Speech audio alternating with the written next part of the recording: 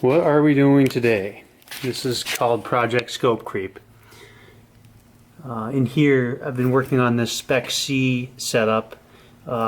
Accompanying that, a new style tensioner setup, like that Phase 2 WRX STI with the tensioner that goes this way and not this way. I'm going to pull off this heat exchanger down here pretty soon and put on the Spec C one. Obviously the timing belt's off.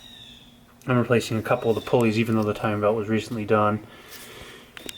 One thing last night, my friend Travis said, hey, have you ever heard about the screws on the back of the oil pump loosening up on early GC8 STI engines? I said, no, I haven't.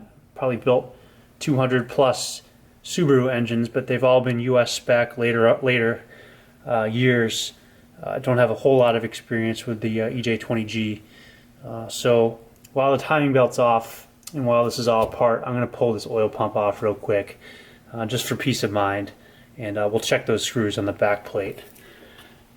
In the meantime, I had tried to make a setup to run this Earl's oil cooler with that Spec C setup.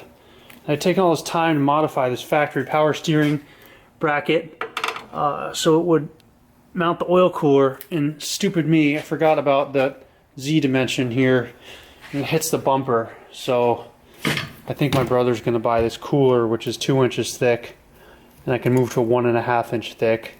I got to redo this whole thing now. It's just sort of a pain. It was a dumb move. Also, shout out to the guy on YouTube that called this car an Australian, what did he say? An Australian restoration. Someone tell me what that is in the comments. I'm sure it's a derogatory statement against Australians. Super excited to figure out what that was. Alright, so what was the verdict here? It was fine.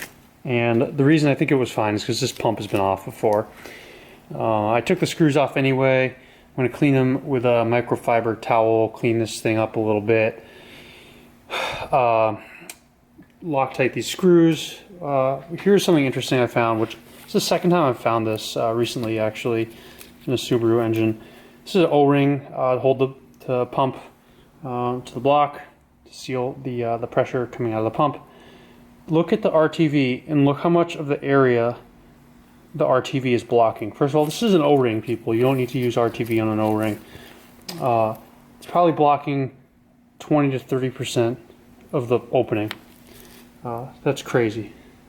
So we'll be putting a new O-ring in there. So maybe a good catch. Maybe it's worth taking this thing off.